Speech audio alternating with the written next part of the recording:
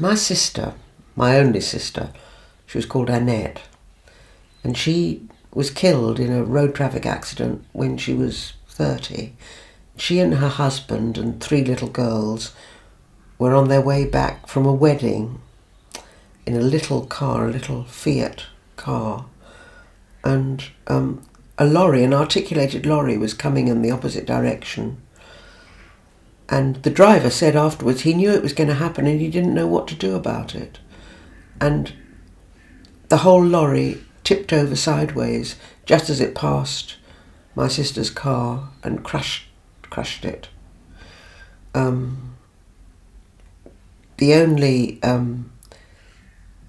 only survivor was the youngest child, Madeline, who was lying in a carry cot in the back of the, sort of in the boot of the car. Well, nowadays they wouldn't, you wouldn't be allowed to have a baby lying like that. It would be in a little seat in the car, and she would have been killed too. But in those days, you could put your baby in a carry cot in the back of the car.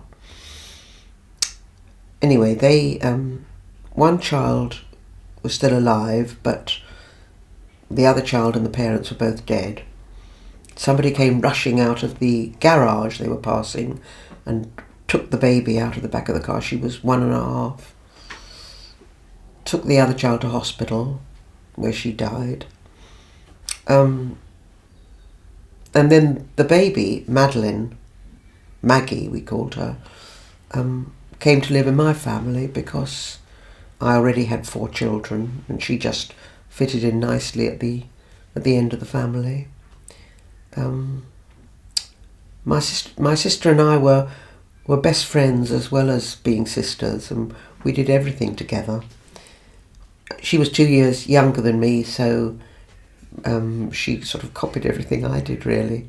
And when I became an actor, she decided she wanted to be an actor too.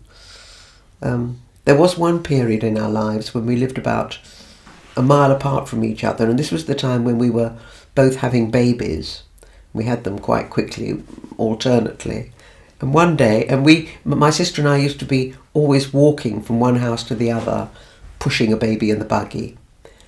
Her to me or me to her. And one day we were both walking along together, and this man stopped us and he said, "Oh, thank God there are 2 of you." We said, "Why?" He said, "Because I'm always seeing this woman and she's always pregnant and the baby never comes." And anyway, that just shows how alike we were and how much we had in common. While she was an actress, she started working with puppets as well. First of all, she worked with this very interesting old man called Bernard, who used to travel the country with a van full of puppets and do shows.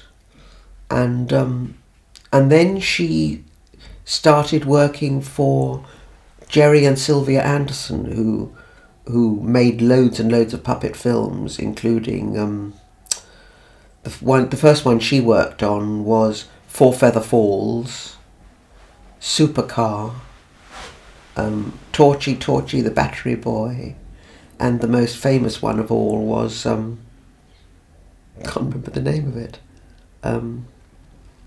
Thunderbirds. She didn't work on Thunderbirds, she'd left by then.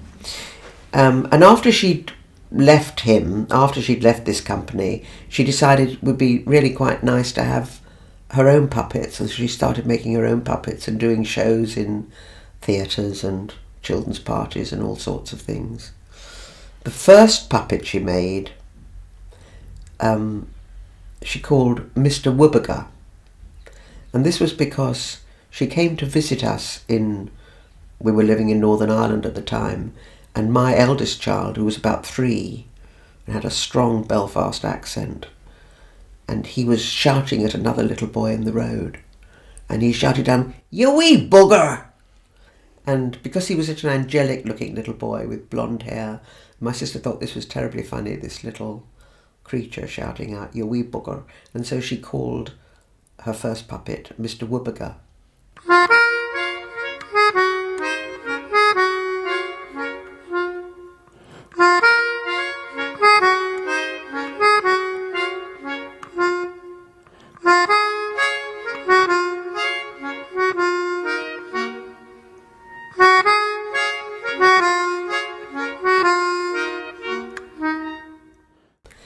Now, when we brought Maggie back to our house and she came to live with us, we also bought the puppets, which were all in my sister's house, and I brought all the puppets with me and hung them up in a cupboard in my room.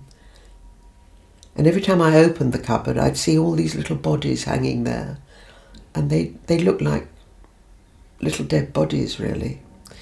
And we found it quite disturbing. And then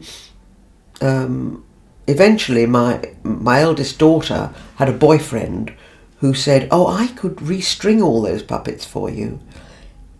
Give them to me and I'll restring them." So we gave them all to him, and I was quite glad to get them out of the house, really. But then he broke up with my daughter and sort of vanished from our lives. And then 25 years later, he was being Father Christmas at Harrods. And on his way to Harrods, he fell down dead with a heart attack. Well, we went to his funeral, which was down in Dorset. We met his then girlfriend that he was living with, and we said to her, "If ever you come across some puppets, they're ours." But we didn't think, because Seamus, the boyfriend, had moved around. He'd lived in vans. He was a busker. He'd lived of quite a homeless sort of life, and we didn't really think he could possibly have kept the puppets all those years. But sure enough, she rang us up a few days later and said, "I've found the puppets." So we went down and collected them, and so now we've got the puppets, and we're gradually restoring them a little bit, and it sort of feels as if they've come home.